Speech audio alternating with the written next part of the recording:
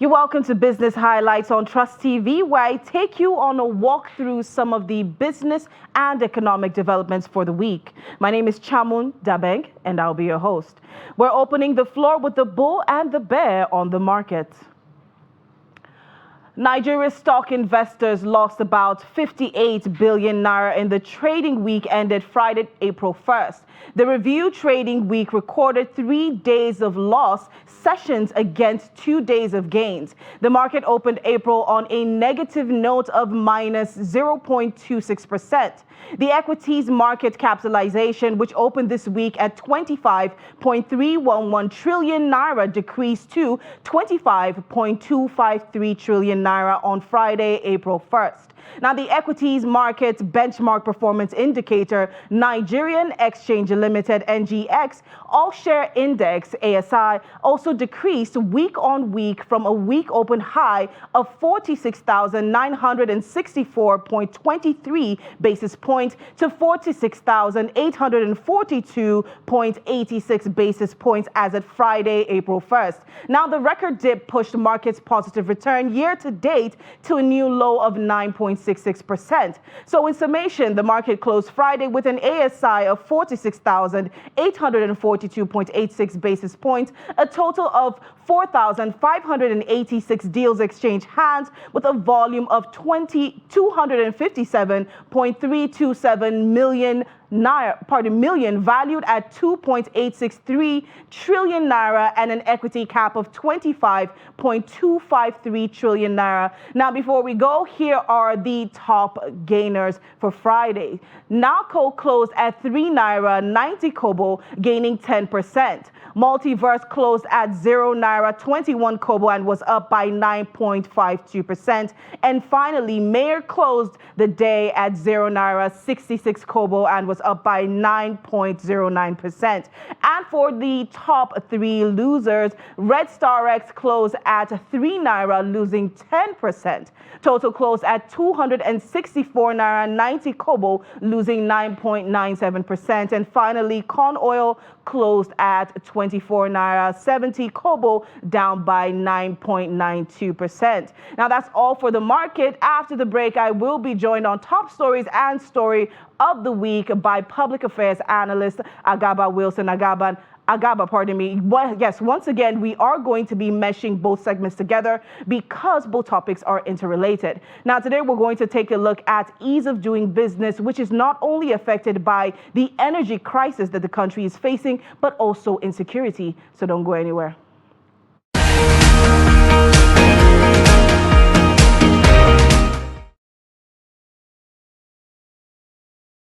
You're welcome back to Business Highlights on Trust TV. And once again, my name is Chamun Dabeng. And joining me in the studio is public affairs analyst Agaba Wilson. Agaba. Now, Nigerian businesses have the odds stacked up way against them. As a matter of fact, let's just chalk it up and say that doing business in this country is seriously no easy feat. Now, looking at everything that the country has been through, what are some factors that continue to affect ease of doing business in the country?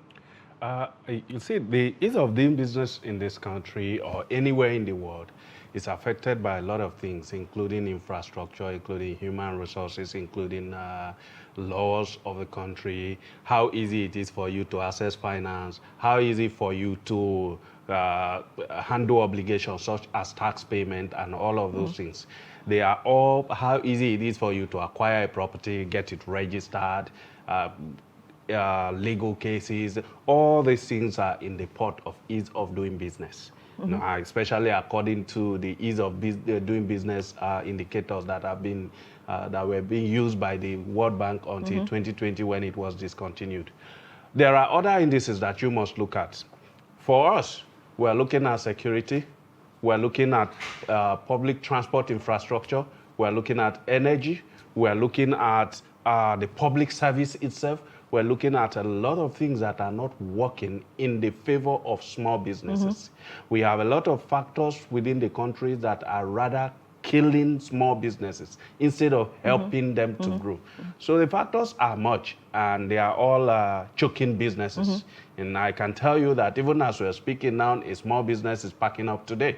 That is very, very true. There are small businesses that are packing up, like you said, even as of now, because the struggles are a lot. Logistics issues, taxations, different policies that continue to affect this. Now, it's two major issues that I would actually like us to focus on today. We started off the discussion last weekend, and that's the energy crisis that we're currently facing and the insecurity issues. As we know, there was a recent attack just this week on the Nigerian railway. A train coming on that along that Abuja-Kaduna axis was attacked. There was a bombing. People were kidnapped. People were killed. It was a whole ordeal. Now, all of these things do come together to bring down even further the ease of doing business in the country. Now, we're going to start off with the energy crisis. So I spoke to business developer Collins Nwosu, and we talked about the impact of energy crisis on ease of doing business. And here are some of his comments.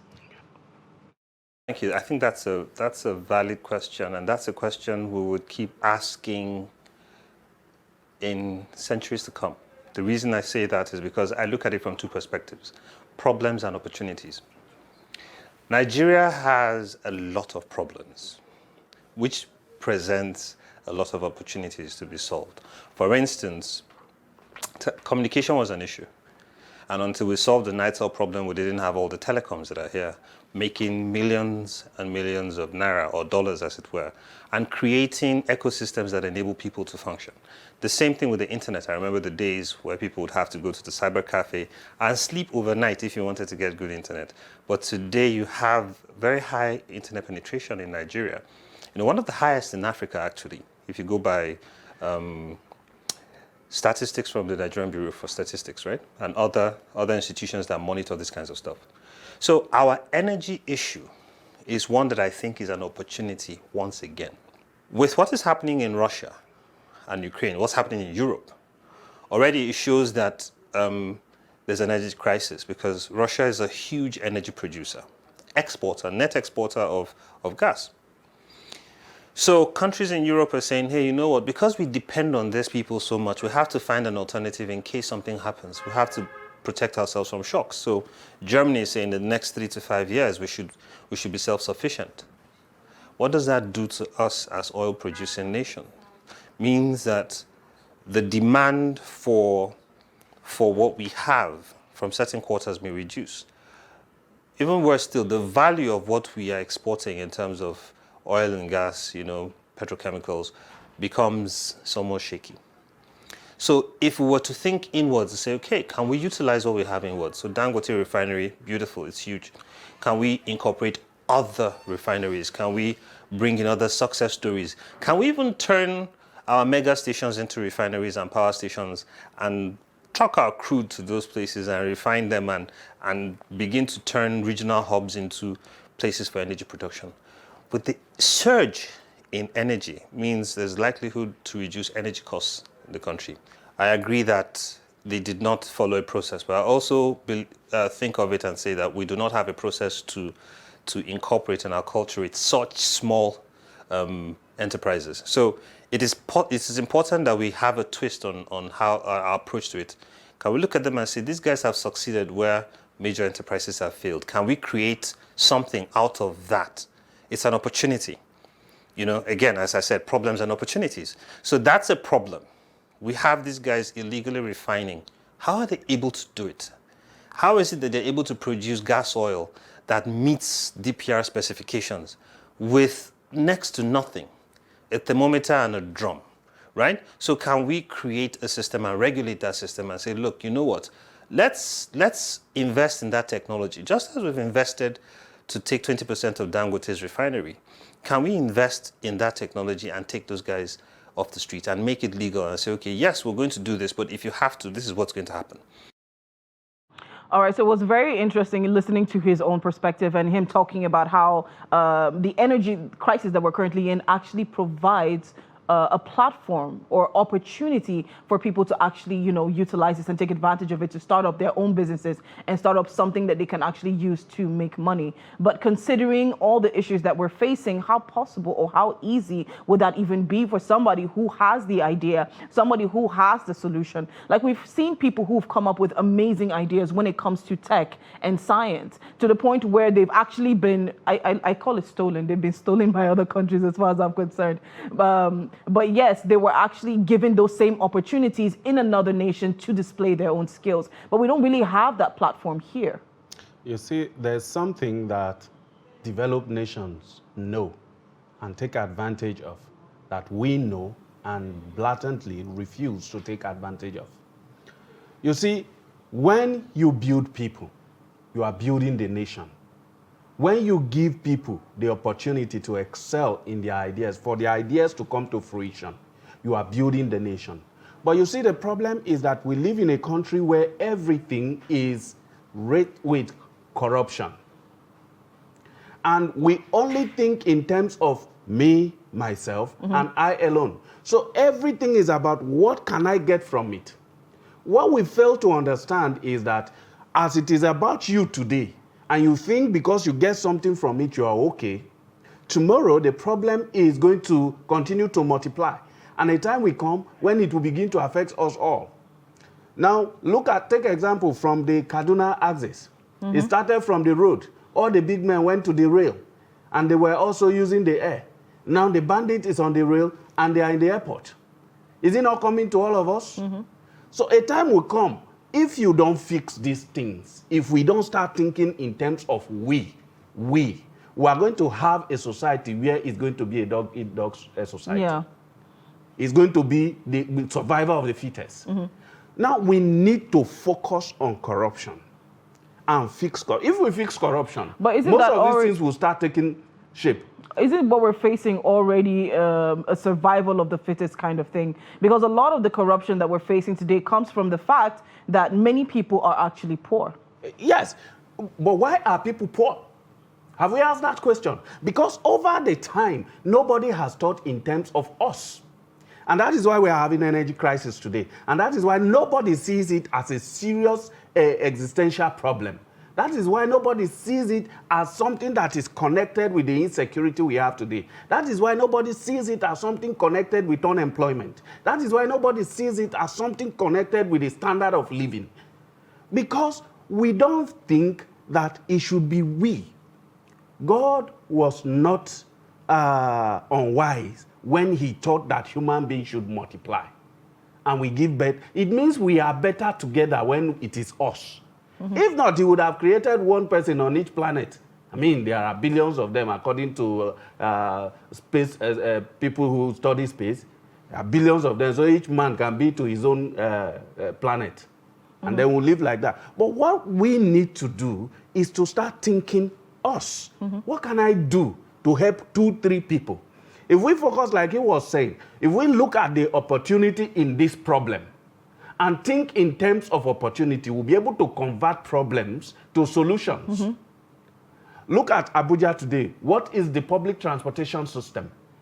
We are talking about shortage of fuel, shortage of diesel, shortage of other things that are in the energy areas. If we could harness a comprehensive public transport system, we'll be able to free a lot of fuel for other things that can bring productivity in other areas. And if you do that, also you'll be putting a lot of drivers to work. People who will also help on the bus will be working. People who will do ticket at the metro will be working. And then you have the intercity. So you're taking up a lot of people. Can we have a place dedicated for production of certain type of foods that we eat here in Abuja every day, like fruits, vegetables? Can we have a large expanse of land dedicated to it so that we can even eat fresh fruits? And a lot of people will be swept to that place. So if we begin to think in terms of us, we, our society, we'll begin to think properly. I went somewhere the other day on our way to work, and then my friend's vehicle that we were using, the tire went out, and we went somewhere to fix it. This was around 7:30 in the morning, thereabout. So we went to fix the tire, and where they showed us to sit down, I saw that there were 2 young men sleeping by the fence. The place is very close to the roadside, on 2 benches. That is where they slept. Now, when these guys wake up, do you think they have human feelings?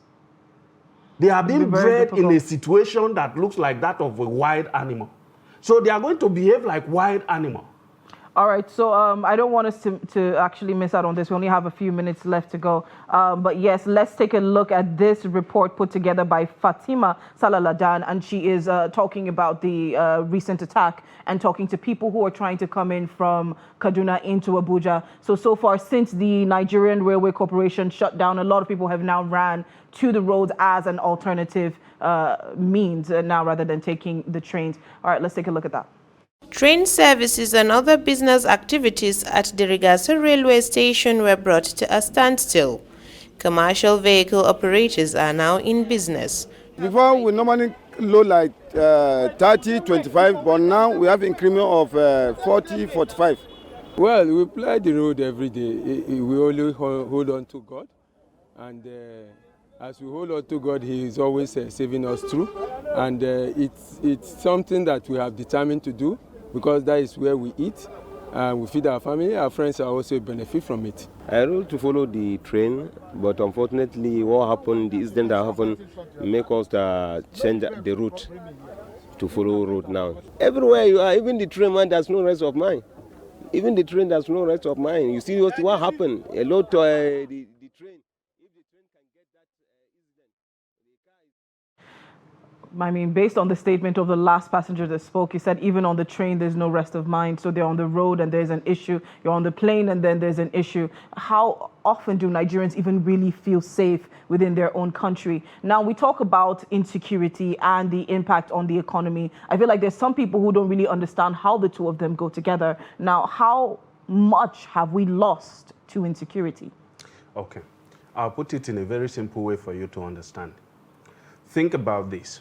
So you provide a certain services or you sell certain products. Let's say you sell rice. You have a restaurant in Abuja here where you cook rice and sell. We come there to come and eat. And then your rice supplier is somewhere in Kaduna. And all the while he has perfected the logistic of the train into their own supply chain. So they put them on the train, send to you, and then you go and get the rice. You do your food and then we'll come and eat. Now that the train is out, what do you think will happen? It's going to take few days for the person to find a better way of sending it through the road for you. Mm-hmm. And then there's issue on the road also. So business is stalled in this So road. that person is not selling. You are not selling. That person is unable to pay the employees. You are unable to pay your employees. Your employees are unable to buy other things. Her employees are unable to buy other things. So look at the multiplier effect of this. Then you end up with a situation where there are fewer goods. Now multiply this situation by several other businesses that depends on components along that axis. Do you understand? It's a ripple effect. Then you can understand how insecurity is affecting the economy. The economy is only measured by the level of productive activities that go on. If these activities are crippled, the economy is going down. So they are interrelated. So you can't really take one without the other. They come hand in hand. You can do that. Yes, because at this point we've lost so much, including human resources. Yes. As a matter of fact, over 1,000 people so far in the month of June, 1,415, I believe, were victims of insecurity. Out of that figure, about 517 were victims of kidnappings, and the other figure were people that were all killed.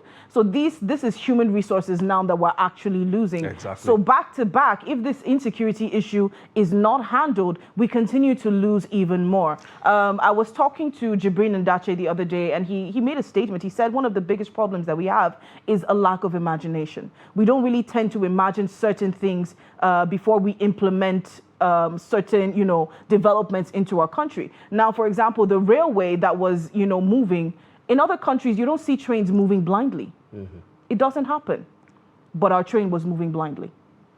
And this is where imagination comes in. You think of the worst possibilities and you put in place things to prevent these things, or at least mitigate the effect of a disaster. But anyway, we do not have enough time. Sorry. It's all right. To actually continue on with the show. Yes, we do have to stop here. Hopefully next weekend we'll be able to round up this discussion, because when it comes to the economy and insecurity, there is so much that actually needs to be discussed. Well, I'd like to thank my guests in the studio. Thank you so much for joining us on the show. And to all our viewers out there, thank you so much for watching. Please do not forget to follow us on our social media platforms. You can find us on Instagram, YouTube, and Facebook. All you need to do is look up Trust TV News. You definitely find us there.